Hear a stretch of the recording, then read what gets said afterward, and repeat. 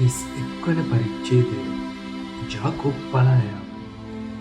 ජාකොබ් අපේ පියා සතු සියල්ල පැහැරගත්තේය. අපේ පියා සතු දෙයින් ඔහු තම සියලු සම්පත් ලබා ගත්තේයයි කියා ලාබන්ගේ පුතුන් කියනු ජාකොබ්ට ඇසිනි.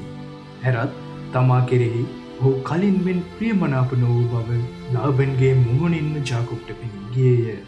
තවද සමිඳුරන් වහන්සේ ඔහුට කතා කොට ඔබේ පියවරුන්ගේ දේශයට ඔබේ නෑයන් වෙතට ආපසු යන්න. මමද ඔබ සමග සිටිමි වදාළසේක. එවිට ජාකොබ් රාකෙල් සහ ලෙයා වෙත පණිවිඩයක් යවා තමාගේ සතුන් සිටි පිට්ටනියට ඔවුන් කැඳවා ඔබේ පියා මා කෙරෙහි කලින් මෙන් ප්‍රියමනාප නොවන බව ඔහුගේ මුහුණින් මට පෙනේ. එහෙත් මාගේ පියාගේ දිව්‍යන් වහන්සේ මා සමග වැඩ සිටිනසේක. තවද මාගේ මුළු ශක්තිය යොදා මා ඔබේ පියාට සේවය කළ බව ඔබ දන්නහුය. එහෙත් ඔබේ පියා මා රවටා මාගේ කුලිය 10 වාරයක් වෙනස් කළේය. එහෙත් මට නපුරක් කිරීමට දිව්‍යන් වහන්සේ ඔහුට ඉඩ දුන්සේක. ඔබේ කුලිය පුල්ලි වැටුණු සතුන් යයි කී විට සත්තු සියල්ලෝම පුල්ලි වැටුණු පැටවුන් ගැසූහ. ඔබේ කුලිය වෛරම් වැටුණු සතුන් යයි ඔහු කී විට සත්තු සියල්ලෝම වෛරම් වැටුණු පැටවුන් ගැසූහ. මෙසේ දෙවියන් වහන්සේ ඔබේ පියාගේ සතුන් රැගෙන මට දුන්සේක. තවද සතුන් ගැබ් ගන්න කාලයේදී මම සිහිනෙන් නිත්‍යම බැලුව විට මෙවැන්නම් දිටිමි. එනම් දෙනුම් සමග පට්ටි ගසන බැටළුවෝ සියල්ලෝම වෛරම් වැටුණු පුල්ලි සහ තිත්තැත්තෝ වූහ. එවිට දෙවියන් වහන්සේගේ දූතයා සිහිනෙන් මට කතා කරමින් ජාකොබ් කියා මා ඇමතුවෙන් මම මෙහිය කියා පිළිතුරු දුනිමි. එවිට ඔහු දෙනුම් සමග පට්ටි ගසන සියලු බැටළුවන්ව වෛරම් වැටුණු පුල්ලි සහ තිත් සහිත සතුන් බව නිත්‍යමා බලන්න. එසේ වන්නේ ලාබන් ඔබට කරන සියල්ල මා දුටු හේිනි. ඔබ සිහිවටන ස්තම්භයක් කාලේප කර මට භාරයක් පොරොන්දු ස්ථානය වන බෙතෙල්හිදී ප්‍රකාශ වූ දෙවියන් වහන්සේ මමය. දැන් නැගිට මේ දේශයෙන් පිටත් වී නුඹේ උපන් දේශයට ආපසු යන්නේයි කියා කීවේයයි ඔවුන්ට සැලකලේය. එවිට රාකෙල් සහ ලෙයා පිළිතුරු දෙමින් අපේ පියාගේ ගෘහයෙහි අප වෙනුවෙන් තව යම්කිසි කොටසක් හෝ උරුමයක් හෝ තිබේද? ඔහු අප අමුත්තන්මින් සලකනවා නොවේද? මන්ද ඔහු අප විකුණා ඇත. අපේ සම්පත්ද යසට කා දමා ඇත. තවද දෙවියන් වහන්සේ අපේ පියාගෙන් රැගත් සියලු සම්පත අපේය. අපේ දරුවන්ගේය. දැන් ඉතින් දෙවියන් වහන්සේ යමක් ඔබට වදාළසේක් නම් එය ඉටු කරන්නේයි කීවෝය. එවිට ජාකොබ්ද සූදානම්ව තම පුතුන් හා භාර්යාවන් කොටුවන් පිට නංවා මෙසොපොතේමියාවෙහිදී තමා හිමි කරගත් එළු බැටළු රැළවල්ද උපයාගත් සියලු සම්පත්ද තමාගේ සතුන් දක්කාගෙන කානාන් දේශයේ තම පියාවන ඊසාක් වෙත යන පිණිස නික්මිනි. ලාබන් තමාගේ බැටළුවන්ගේ ලෝම කපන්නට ගොස් සිටියදී රාකෙල් තම පියාට අයිති කුල දේවතා රූප සොරා ගත්තාය. ජාකොබ් තමා පලා යන බව අරමයේ ජාතික ලාබන්ට නොදැන්වූයෙන් ඔහු රැවටීය. මෙසේ ජාකොබ් තමා සතු සියල්ල සමග පලා ගොස් යුප්‍රටිස් නම් ගංගාවෙන් එතර වී ගිලියත් කන්ද බලා ගියේය. ලාබන් ජාකොබ් ලෝබන යාම. 3 වන දින ජාකොබ් පලා ගිය බව ලාබන්ට දන්වන ලදී. ඔහු තමා කැටුව සිය පිරිස රැගෙන 7 දිනක් ජාකොබ් ලෝබන ගොස් ගිලියත් කන්දේදී ඔහුට ළඟා විය. තවද රාත්‍රී කාලයේදී දිව්‍යන් වහන්සේ ස්වප්නයකින් අරමයේ ජාතික ලාබන් වෙත පැමිණ ඔහුට කතා කොට ඔබ ජාකොබ්ට කිසිවක් නොකියන ලෙස ප්‍රවේශම් වන්නයි වදාළසේක. ලාබන්ද කන්ද උඩ සිය කඳවුරු බැඳ සිටි ජාකොබ් වෙතට පැමිණියේය.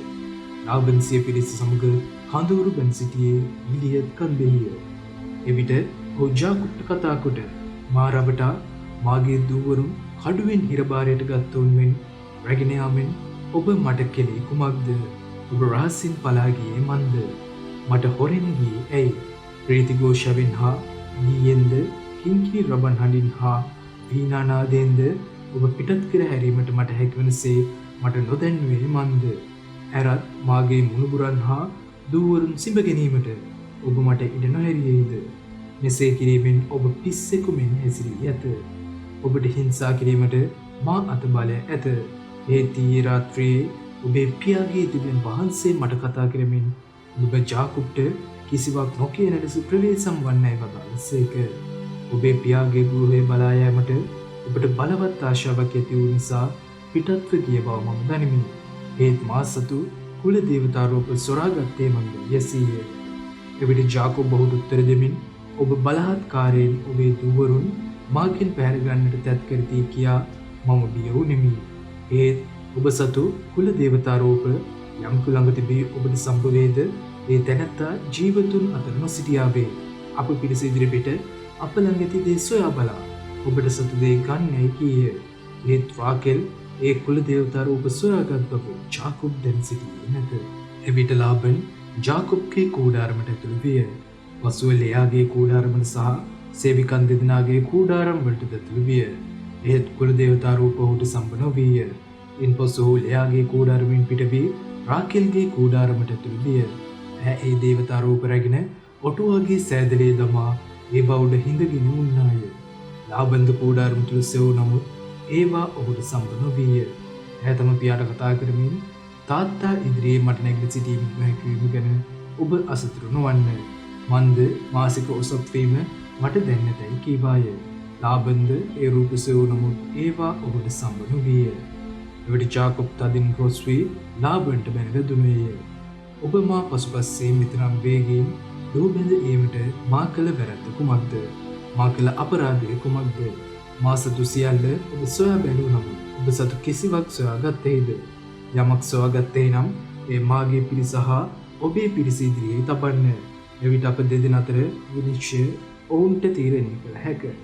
මේ අවුරුදු 20 මම ඔබ සමග සිටියෙමි. ඔබේ බැටළු දෙනුන් හා එළු දෙනුන්ගෙන් කිසිවෙකු ගබ්සා වූයේ නැත. හැරත් ඔබේ රැළවල එක බැටළුවෙක්වත් මම නොකෑවෙමි. තවද වල්සතුන් මරා දැමූ ඔබේ සිව්පාවුන් මම ඔබ වෙත නොගෙනාවෙමි.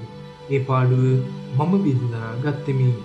රැ කාලයේ වේවා දවල් කාලයේ වේවා පැහැර ගන්නා ලද සතුන්ගේ වන්දිය ඔබ මගින් අය කෙලෙහිය. දවල් කාලයේදී අවුරස්නියෙන්ද රාත්‍රී කාලයේදී ශීතලයෙන්ද මම බැහැරී ගියෙමි. නින්ද පවා මාගේ ඇස්වලින් බැහැර ගියේය. ඔබේ ගෘහයේ මා විසූ අවුරුදු 20 මෙසේ ගත වෙනි. ඔබේ දූවරුන් දෙදෙනා නිසා අවුරුදු 14ක්ද ඔබේ එළු බැටළු පට්ටි නිසා අවුරුදු 6ක්ද මම ඔබට සේවය කෙරෙමි. ඒත් ඔබ මාගේ කුලිය දස වාරයක් වෙනස් කෙලෙහිය. මාගේ පියාගේ දෙවියන් වහන්සේද ආබ්‍රහම්ගේ දෙවියන් වහන්සේද ඊසාක් බයභක්තිය වූ දෙවියන් වහන්සේද මා සමග නොසිටිසේක් නම් ඔබ දැන් මා හිස් අතින් පිටත් කර හරිනවා සිකුරුයි. ඒ දෙවියන් වහන්සේ මාගේ දුක් පීඩාවත් මාගේ අත්තුල ශ්‍රමයක් දැක ඊයේ රෑ ඔබට තරවටු කළසේකයි කීවේය. ජාකොබ් හා ලාබන් අතර කිවිසුම. එවිට ලාබන්ද ජාකොබ්ට පිළිතුරු දෙමින් මේ දුවරු මාගේ දුවරුය. මේ මුණුබුරෝ මාගේ මුණුබුරෝය. මේ සිව්පාවෝ මාගේ සිව්පාවෝය. ඔබට පෙනෙන සියල්ලද මාගේය. ඉතින් මේ දුවරුන්ටත් ඔවුන් බිහි කළ ඔවුන්ගේ දරුවන්ටත් අද දින මා විසින් කුමක් කළ හැකිද? එබැවින් එන්න ඔබත් මමත් කිවිසුමක් පිහිටුවා ගනිමු. එය ඔබත් මාත් අතර සාක්ෂියක් පිණිස වේවායි කීවේය. පසුව ජාකොබ් ගලක් රැගෙන සීවටනයත් මෙන්නෙ සිටුවේය. ඔහු ඒ සිටුවා තම පිරිසමතා ගල් රැස් කරන්නයි කීවේ ගල්ගෙන ගොඩක් කසා ඒ මත වාඩි වී ආහාරානුභව කළෝය. ලාබන් ඊටත් ජෙගර් සාහදූතයයි නම් කළේය. ඒ ජාකොබ් ඊට ගල්යේත් කියා නම් කළේය. ඉන්පසු ලාබන් කතා කොට මේ ගල් ගොඩ අද ඔබත් මාත් සාක්ෂියක් පිණිස වේවායි කීය. බැවින් ඊට ගල්යේත් ගැන නාමය දෙන ලදී. තවදුරටත් ඔහු කතා කරමින් අප දෙදෙනා එකිනෙකාගෙන් වෙන් වූ කල සමිඳුන් වහන්සේ ඔබත් මාත් ලෙස සුපරීක්ෂාවෙන් බලා සිටිසේක්වායි කීවේය. බැවින් ඒ ගල් ගොඩට මිස්පා යන නාමය දෙන ලදී. නැවත ඔහු කතා කොට ඔබ මාගේ දූවරුන්ට වෙනස්කම් කළොත් ඔබ මාගේ දූවරුන්ට අමතරව වෙන භාර්යාවන් පවපාගතහොත් කිසිවෙකු අප සමග නොසිටියත් දෙවියන් වහන්සේ ඔබත් මාත් අතර සාක්ෂිකාරයන් බව සිහි කරන්න. ඔබත් මාත් අතර ගොඩ ගැසූ මේ ගල් ගොඩ මේ සිහිවටනයක් දෙස බලන්න. නපුරක් කරනු සඳහා මා මේ ගල් ගොඩ පසු කර ඔබ වෙත නොයන බවටත් ඔබද මේ ගල් ගොඩ සහ සිහිවටනය පසු කර මා වෙත නොයන බවටත් මේ සිහිවටනය සාක්ෂියක් වේවා. තවද ආබ්‍රහම්ගේ දෙවියන් වහන්සේද නාහෝර්ගේ දෙවියන් වහන්සේද අප අතර විනිශ්චය කරන සේක්වායයි කීවේය. ජාකොබ්ද තම පියාවන ඊසා බයභක්තිය දෙවියන් වහන්සේගේ නාමයෙන් දියුරුම් දුන්නේය. ඉන්පසු ඔහු කන්දමත යාග පූජාවක් පිළිවූ පසු ආහාර අනුභව කිරීමට සේ පිරිස කැඳෙව්වේය. ඔහුද ආහාර අනුභව කොට කන්දමත මුළු රාත්‍රියම ගත කළහ. ලාබාන්ද උදේ අලුයම නැගිට තම මුණුබුරන් හා දූවරුන් සිඹගෙන උන්දා සිරිපතා පිටත් වී තමාගේ ගෘහයට ආපසු ගියේය. 32 වන පරිච්ඡේදය. ජාකොබ් ඒසව් හමුවීමට සූදානම් වීම. ජාකොබ් තම ගමන යන විට ඔහු දෙවියන් වහන්සේගේ දූතයෝ මුණ ගැසුණාහ. ඔහු ඔවුන් දුටු විට මේ දෙවියන් වහන්සේගේ සේනාවයයි කියා ඒ ස්ථානයට මහානායිම් යන නම තැබීය.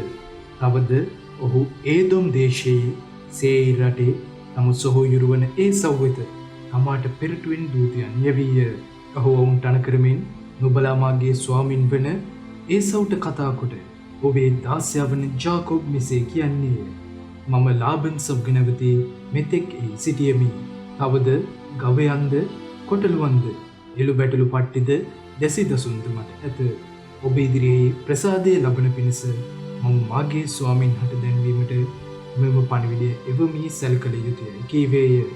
දූතයෝ ජාකොබ් වෙත පසුවී අපි ඔබ සොයුරු වන ඒසව් වෙත ගියෙමු. ඔහුද ඔබ හමුවීමට එන්නේය. ඇරත් ඔහු සමග 400ක පිරිසක් සිටී කීහ. ජාකොබ් අතිශයින් බිය වී කැළඹිණි. ඔහු තමා කැටුව සිටි පිරිසද එළ බැටළු පට්ටිද ගව පට්ටිද ඔටුවන්ද කණ්ඩායම් දෙකකට බෙදා ඒසව් යම් විටක එක් කණ්ඩායමක් වෙත පැමිණ ඊට පහර දුන්නොත් ඉතිරි අනිත් කණ්ඩායමට ගැලවී යත හැකිව සිටීය. ජාකොබ් තවදුරටත් කතා කරමින් මාපිය ආබ්‍රහම්ගේ දෙවිඳුනි, මාපිය වූ ඊසාක්ගේ දෙවිඳුනි, ඔබේ දේශයටද ඔබේ ඥාතීන් වෙතද ආපසු යන්න. මම ඔබට යස ඉසුරු සලසන්නෙමි මට වදාළ ස්වාමිනි. ඔබ වහන්සේගේ දාසයා වන මාහට පෑවා වූ සියලු කරුණාව හා විශ්වාසවන්තකම ලැබීමට මම සුදුස්සෙක් නොවෙමි. මන්ද මා මේ ජෝර්දානෙන් එතර වූයේ මාගේ සැර යටියේ ආධාරයෙන් පමණය.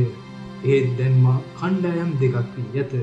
ඔබ වහන්සේ කරුණා කර මාගේ සහෝදරයාගේ බලයෙන් ඒසව්ගේ අතින් මා මුදාගත් මැනව. ඔහු අප වෙත පැමිණ මටත් මව්වරුන්ටත් දරුවන්ටත් පාර දෙති මම ඔහුට බිය වෙමි.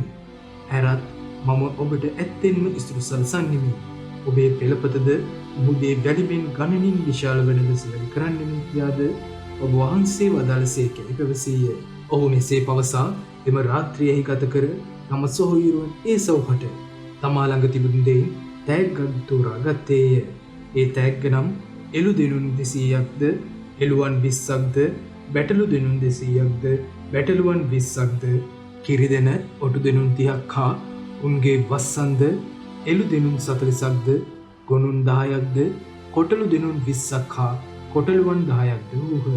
ඉන්පසු ඔහු මේ රංචු වෙන්වෙන් වශයෙන් තම මෙහිකරුවන්ට බාර දී නුඹලා රංචුවෙන් රංචුව ඈත් කර මට පෙරටුව යන්නයි කීවේය.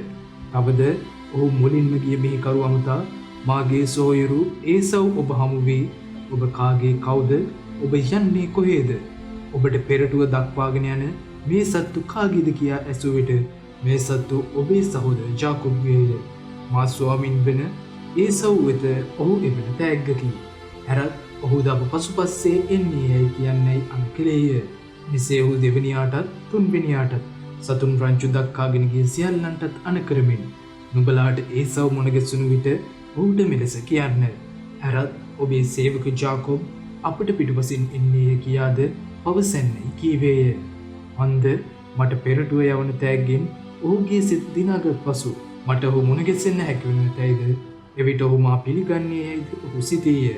මෙලෙස ඔහු තමාට පෙරටුව තෑගි හැරිය. නමුත් ඔහු ඒ රාත්‍රිය කඳවුරෙහි ගත කළේය. ජාකොබ්ගේ අද්භූත පොරබැඳීම.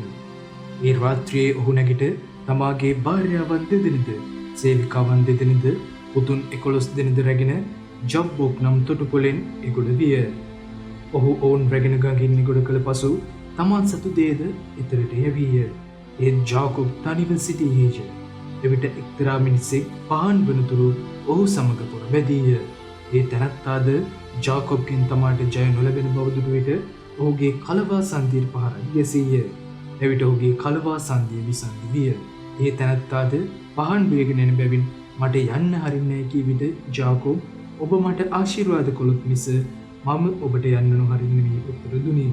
එවිට ඒ තැනැත්තා ඔබේ නම කුමක්ද යසු විට ඔහුද ජාකෝබ් යයි කීයෙන් මින්මතු ඔබ ජාකෝබ් නොවනු ඇත.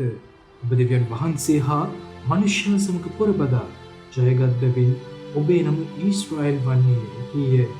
ජාකෝබ් කතා කොට කරුණාකර ඔබේ නමද මට කියන්නයි ඉල්ලේය.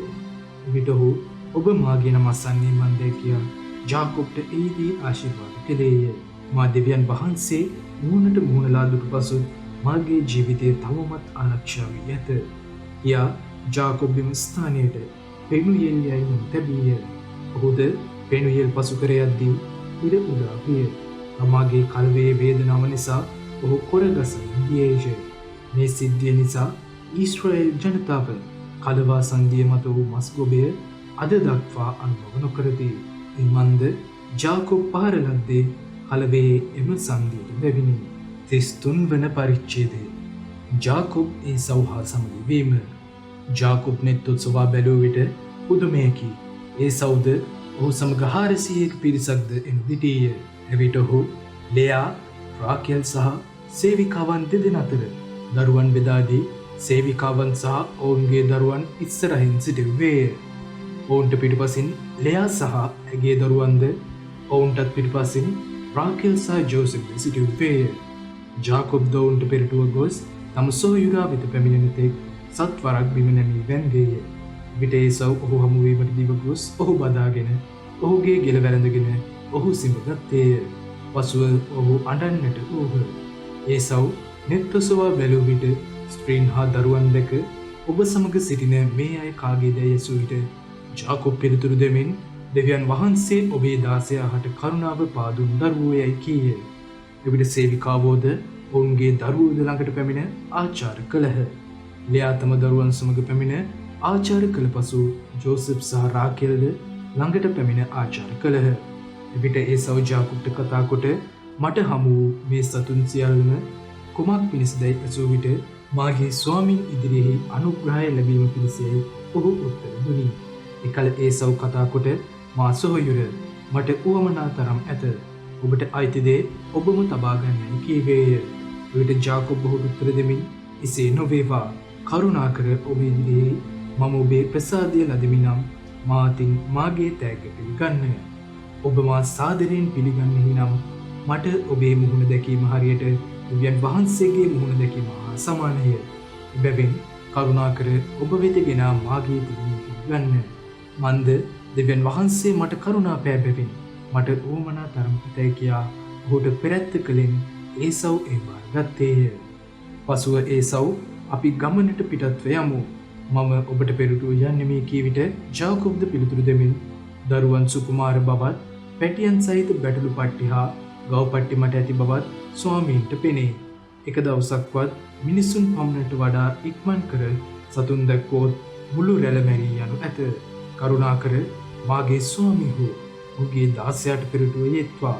මට ඉස්රායෙල් යන ගවයන්ට හා දරුවන්ට යත හැකි ප්‍රමාණයට සියෙහි මාගේ ස්වාමින් වෙත පැමිණෙන තෙක් හිමින් ගමන් කර මම එන්නෙමි කීවේය. එවිට ඒසව් කතා කොට එසේනම් මා සමග සිටින පිරිසෙන් සමහර දෙනෙකු ඔබ සමග නවතාලමි කී විට ජාකෝබ්ද එවැන්නක් කුමටද මට ඕනා මා ස්වාමින්ගේ ප්‍රසාදය පමණි කී උත්තර දුනි. ඉන්පසු එදින ඒසව් සෙයිර් බලා ආපසු ගියේය. ඒ ජාකෝබ් සුක්කොත් දක්වා ගොස් තමාම ගයක් ඉදිකොට සිය ගවයින් සඳහා මඩු තැනීය. එබැවින් එම ස්ථානයට සුක්කොත් යන නම තබන ලදී. මෙලෙස ජාකෝබ් මෙසොපොතේමියාවේ සිට ආපසු වූ කානාන් දේශයේ ෂෙකෙම් නුවරට සුවෙන්ට පත්ව නුවර ඉදිරියෙහි සිය කඳුරු බැඳීය. තවද ඔහු ෂෙකෙම්ගේ පිය වූ හාමෝර්ගේ පුත්‍රයන්ගෙන් සිය කඳවුර පිහිට වූ බිම් කැබැල්ල රිදී කාසිසියක් ගෙවා මිලට ගත්තේය. එහි ඔහු පූජාසනයක් ඉදිකර ඊට ඊශ්‍රායෙල් දෙවියන් වහන්සේ යන අර්ථය ඇති එල් එලෝහේ ඊශ්‍රායෙල් යන නාමය තැබීය. 34 වන පරිච්ඡේදය. ජාකෝබ්ගේ දූෂණය කරනු ලැබීම. ජාකෝබ්ට දාව ලෙයා ලැබූ දුවවන දීනා දේශයේ කාන්තාවන් හමුවීමට නිත් ගියාය. එවිට දේශයේ අධිපති වූ ඉවියේ ජාතික හාමෝර්ගේ පුත් ෂෙකෙම් ඈ දැක ඈ පැහැරගෙන ගොස් ඈ සමග සැතපී ඈ දූෂණය කළේය. ඔහුගේ සිතද ජාකොබ්ගේ දුව වන දීනා කෙරෙහි තදින් ඇලී ගියෙන් ඔහු තරුණියට පෙම් කර ඈ අස්වැසීය. ෂෙකෙම් සිය පියා වන හාමෝර්ට කතා කොට මේ තරුණිය මට බිරිඳ කොට ලබා දෙන්න ඉල්ලීය. ඔහු තම දුව වන දීනා දූෂණය කළ බව ජාකොබ් දැනගත්තේය. එකල ඔහුගේ පුතුන් ඔහුගේ ගවයන් සමග තන පිට්ටනියේ සිටිය බැවින් ඔවුන් එනතෙක් ජාකොබ් නිහඬව සිටියේය. ෂෙකෙම්ගේ පියා වන හාමෝර්ද ජාකොබ් සමග කතා කිරීමට ඔහු වෙත පිටත්ව ගියේය. ජාකොබ්ගේ පුත්‍රයන් තන පිට්ටනියෙන් පැමිණි පසු ඔහු මිය අසා කම්පාවේ කෝපාවිෂ්ඨ වූහ. මන්ද ෂෙකෙම් ජාකොබ්ගේ දුව දූෂණය කිරීමෙන් ඊශ්‍රායෙල් ජනයා අතර නොකටයුතු සැහැසිකමක් කළ හේයිනි. හාමෝර්ද ඔවුන් සමග කතා කරමින් මාගේ පුත්‍ර ෂෙකෙම් ඔබේ දියණියට පෙම්බෙන් සිටී. ඇය ඔහුට භාර්යාවමින් පාවා දෙන ලෙස මම අයද සිටිමි. හැරත් ඔබ අප සමග විවාහ ගිවිසුම් කරගන්න. ඔබේ දූවරුන් අපට දී අපේ දූවරුන් ඔබ ගන්න. මෙලෙස ඔබට අප සමග වාසය කළ හැක. රටද ඔබ ඉදිරියේ ඇත. මේ වාසය කොට නිදහසේ වෙලහෙළඳාම් කර වතු පිටි අයිති කරගන්න කීය. එවිට ෂෙකෙම් එකේ පියාට හා ඇගේ සොහොයුරන්ට කතා කොට ඔබ හැම මට කරුණාව පෙන්වනු මැනව. ඔබ මාගෙන් යමක් ඉල්ලන්නහුද එය මම දෙන්නෙමි. තරුණිය මට භාර්යාව කොට දෙන්නහු නම් ඉතා විශාල දායාදයක් හා ඈගේ භෝග මාගෙන් ඉල්ලන්න. ඔබ මාගෙන් ඉල්ලන ඕනෑම දෙයක් මම ඔබට දෙන්නෙමි කීහේය. ෂෙකෙම් ඔවුන්ගේ සහෝදරිය වන දීනා දූෂණය කළ බැවින් ජාකොබ්ගේ පුත්‍රයෝද ෂෙකෙම් සහ ඔහුගේ පියා වන හාමෝර්ට කපටි ලෙස උත්තර දුන්හ. අපට මෙබඳු දෙයක් කළ නොහැක. අචර්ම චේදිත කෙනෙකුට අපේ සහෝදරිය දීම අපට නින්දාවකි. එහෙත් ඔබ අතර සෑම පිරිමියෙක්ම චර්ම චේදිත වී අප හා සමාන වන්නහු නම් ඔබ කියන දෙයට අපට එකඟ විය හැක. එවිට අපේ දූවරුන්දී ඔබේ දූවරුන් අපි ගන්නමු. ඇරත් අපි ඔබ සමග වාසය කරමින් එක ජනතාවක් වන්නෙමු. එහෙත් ඔබ චර්ම චේදිත වීම ගැන අපට ඇහුම්කන් නොදන්නහු නම් අපි අපේ දුව රැගෙන යන්නෙමු කීවෝය. ඔවුන්ගේ කීමට හාමෝර් සහ ඔහු පුත් ෂෙකෙම් කැමති වූහ. තරුණයාද ජාකොබ්ගේ දුවට ඇල්ම සිටි බැවින් ඔහුද යෝජිත දේ කිරීමට පමා නොවීය. ඔහුද තම පියාගේ ගෘහයේ ඉතාම වැදගත් තැනැත්තා විය. එබැවින් හාමෝර් සහ ඔහු පුත් ෂෙකෙම් නුවර වාසල් දොරටුවට අවු නුවර වැසියන් සමග කතා කරමින් මේ මිනිසුන් අපට හිතවත්ය. එබැවින් රටෙහි පදිංචි වී ඒ නිදහස්ව යන්න එන්න ඔවුන්ට ඉඩ හරිමු. බලන්න. රටෙහි ඔවුන්ටත් සෑහෙන තරම් ඉඩ ඇත. අපි ඔවුන්ගේ දූවරුන් භාර්යාවන් කොටගෙන අපේ දූවරුන් ඔවුන්ට දෙමු. එහෙත් අප සමග එකට වාසය කර එක සෙනගක් වීමට ඒ මිනිසුන් කැමති වන්නේ අප අතර සිටින සෑම පිරිමියෙකුම ඔවුන් චර්ම ඡේදිත වී ඇති ලෙස චර්ම ඡේදිත වූ පමණය. ඔවුන්ගේ ගව පට්ටිද ඔවුන්ගේ වස්තුවද ඔවුන්ගේ සියලු සතුන්ද අපේ නොවන්නේද. එබැවින් අපි ඔවුන් හා එකඟ වෙමු. එවිට ඔහු අප සමග වාසය කරන්න වේ කීහ. වාසල් දොරටුවෙන් පිට වූ සියල්ලෝම හාමෝර්ට සහ ඔහුගේ පුත් ෂෙකෙම්ට ඇහුම්කන් දුන්හ. මෙලෙස වාසල් දොරටුවෙන් පිට වූ සියලුම පිරිමි චර්ම ඡේදනය කරනු ලැබූහ. 3 දිනකට පසු ඔවුන් තවමත් තුවාල වලින් වේදනාව විඳින කල්හි ජාකොබ්ගේ පුතුන් දෙදෙනෙකු වන සිමියොන් සහ ලෙවී යන දීනාගේ සහෝදරයෝ තම කඩු රැගෙන රහසින් නුවරට වැද සියලු පිරිමින් මරා දැමූහ. තවද ඔහු හාමෝර් සහ ඔහුගේ පුත් ෂෙකෙම්ද කඩු පහරින් මරා ෂෙකෙම්ගේ ගෙයින් දීනා රැගෙන පිටත් ගියහ. ජාකොබ්ගේ පුත්‍රයෝද තුවාල ලැබුවන් පිටට පැන පහරදී නුවර කොල්ල කෑහ. මන්ද ඔහු තම සොහොයුරී දූෂණය කළ හේයිනි. ඔහු ඔවුන්ගේ එළු බැටළු පට්ටිද ගව පට්ටිද කොටළුවන්ද නුවර හා පිට්ටනියේ තැබූ දේද ඔවුන්ගේ වස්තුවද ගත්තෝය. ඔවුන්ගේ සියලුම කුඩා දරුවන්ද භාර්යාවන්ද අල්ලාගෙන ඔවුන්ගේ ගෙවල තිබූ සියල්ලද කොල්ල කෑහ. එවිට ජාකොබ් සිමියන්ට සහ ලෙවීට කතා කොට මේ දේශයේ වැසියන් වන කානානිවරුන් සහ පෙරිස්සිවරුන් අතර මා දුගතක් මෙන් පිළිකුලට ලක් කිරීමෙන් නුඹලා මට ලොකු අවැඩක් කර තිබේ. මට ඇත්තේ ගණනින් සුළු පිරිසකි. බැවින් ඔවුන් මට විරුද්ධව එක පෙරමුණක් ගෙන මා මරා දමනු ඇත. මෙසේ මාගේ මුළු පවුලත් මමත් විනාශ වී යන්නෝ කීය. එවිට ඔහු උත්තර දෙමින් ඔහු අපේ සහෝදරිය නිසංගනක ලෙස සැලකීම හරිදැයි ඇසූහ. 35 වන පරිච්ඡේදය. ජාකොබ්ට ආශිර්වාද කිරීම. දෙවියන් වහන්සේ ජාකොබ්ට කතා කොට නැගිට බෙතෙල් කරා ගොස් එහි පදිංචි වන්න. නුඹේ සොහොයුරු ඒසව්ගෙන් නුඹ පලා යද්දී නුඹට දර්ශනය වූ දෙවියන් වහන්සේට පූජාසනයක් එහි සාදන්නයි වදාළසේක. එවිට ජාකොබ් තව පවුලේ වැසියන් හා තමා සමග සිටි සියල්ලන් නමතා ඔබ ළඟ ඇති විදේශීය දේවතා රූප ඉවත් කොට පවිත්‍ර වීමේ වත් පිළිවත් කර ඔබේ ඇඳුම් මාරු කර ගන්න. එවිට අපි නැගිට බෙතෙල් කරා යමු. මාගේ ආපදාවේ දවසේදී මට ඇහුම්කන් දුන් මා ගිය තැන මා සමග වැඩ සිටි දෙවියන් වහන්සේට මම එහිදී පූජාසනයක් සාදන්නේ කීවේය. ඔවුන්ද තමන් ළඟ තිබූ සියලුම විදේශීය දේවතා රූප හා ඔවුන් පැළඳුන් කරනාබරද ජාකොබ්ට දුන් විට ඔහු ශෙකෙම් නම් ස්ථානය අසල තිබූ ආලෝන ගස යට ඒවා සැඟවීය. ඔහු යන්න ගියෝය. එහෙත් ඔවුන් අවට තිබූ නගරවල වැසියන් බියෙන් තැතිගත් බැවින් කිසිවෙක් පුත්‍රයන් ලුහුබැඳ නොගියෝය. මෙසේ ජාකොබ්ද ඔහු සමග සිටි සියලු සෙනඟද කානාන් දේශයේ ලූස් හෙවත් බෙතෙල් නම් ස්ථානයට පැමිණියෝය. එහිදී ඔහු පූජාසනයක් තනා එම ස්ථානයට එල් බෙතෙල් යන නම තැබීය. මන්ද ඔහු සිය සොහොයුරා වෙතින් පලා යන විට එහිදී දෙවියන් වහන්සේ ඔහුට දර්ශනය වූ බැවිනි. තවද රෙබෙකාගේ කිරිමව වූ දෙබෝරා මළ බැවින් ඇය බෙතෙල් නම් ස්ථානයට පහළින් ආලෝන ගස යට භූමි දාන කරනු ලැබුවාය. එබැවින් ඊට අල්ලොන් වාකුත් යන නම් දෙන ලදී. ජාකොබ් මෙසොපොතේමියාවෙන් මෙසේ හැරී යන විට දෙවියන් වහන්සේ නැවතත් ඔහුට දර්ශනය වී ආශිර්වාද කළසේක. උන්වහන්සේ ඔහුට කතා කොට නුඹේ නම ජාකොබ්ය. ඒත් මින්පසු නුඹේ නම ජාකොබ්යයි හඳුන්වනු නොලැබ නුඹේ නම ඊශ්‍රායෙල් වන්නේ යයි වදාළ නිසා ඔහුට ඊශ්‍රායෙල් යන නම තබන ලදී. තවදුරටත් දෙවියන් වහන්සේ ඔහු අමතමින් මම සියලු බලති දෙවියන් වහන්සේ වෙමි. නුඹ සමෘද්ධි වී වර්ධනය වන්න. නුඹෙන් ජාතියක් හා ජාතින් සමුදායක් වී වන්නෝය. නුඹට දාව රජවරු පවා උපදින්නෝය. මම ආබ්‍රහම්ට සහ ඊසාක්ට දුන් දේශය නුඹට දෙන්නෙමි. නුඹෙන් පසුව නුඹේ පෙළපතට එය දෙන්නෙමි වදාරා උන්වහන්සේ ඔහු සමග කතා කළ ස්ථානයේදී ඔහු වෙතින් ඉපත්ව ගියසේක. ඉන්පසු ජාකොබ් උන්වහන්සේ සමග කතා කළ ස්ථානයෙහි සිහිවටනයක් එනම් ගලින් කළ සිහිවටනයක් ඉදිකොට එය මත පානීය පූජාව ඔප්පුකොට තෙල්ද වත් කළේය. තවද දෙවියන් වහන්සේ තමා සමග කතා කළ ස්ථානයට ඔහු බෙතෙල් යන නම තැබීය. රාකෙල්ගේ මරණය. ඔහු බෙතෙල් සිට නික්ම ගියහ. එහෙත් ඔවුන් එප්‍රාත් නම් ස්ථානයට පැමිණෙන්නට මදක් දුර තිබියදී රාකෙල්ට ප්‍රසව වේදනා ඇති වී එය උග්‍ර විය. මෙලෙස උග්‍ර ලෙස ප්‍රසව වේදනාව විඳින විට වින්නබු මාතාව ඈට කතා කොට බිය නොවන්න. ඔබට ලැබෙන්නේ තවත් පුත්‍රයෙක් යයි කීවාය. ඒත් රාකෙල් මලාය. ඈ පනා දින විට ඔහුට බෙන් ඕනි යන නම තැබූ නමුත් ඔහුගේ පියා ඔහුට බෙන්ජමින් කියා නම් කළේය.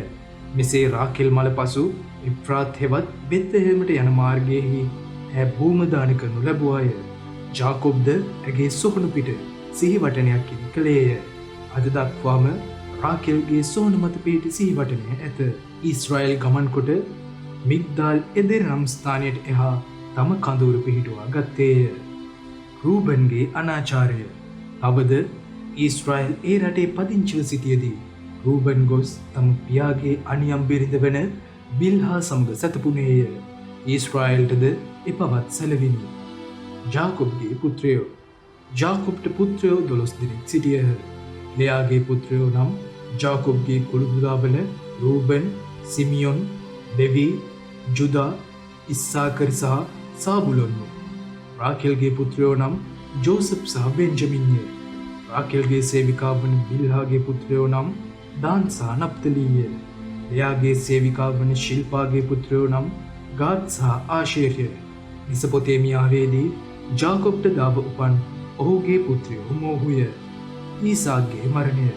ජාකොබ්ද ආබ්‍රහම් සහ ඊසාක් තාවකාලිකව පදිංචි වූ ආලෝන අරඹ හෙවත් කිරියත් අර්බා හෙවත් හෙබ්‍රෝන් නම් ස්ථානයේ ඊසාක් වෙත පැමිණියේය. ඊසාක්ගේ වයස අවුරුදු 180ක් වූයෙන් ඔහු දීර්ඝායු වළඳා පූර්ණ මහලු වයසේදී මිය ගොස් තම මුතුන් මිත්තන් හා එක්විය. ඔහුගේ පුත්‍රයන් වූ ඒසව් සහ ජාකොබ් ඔහු භූමදාන කළහ.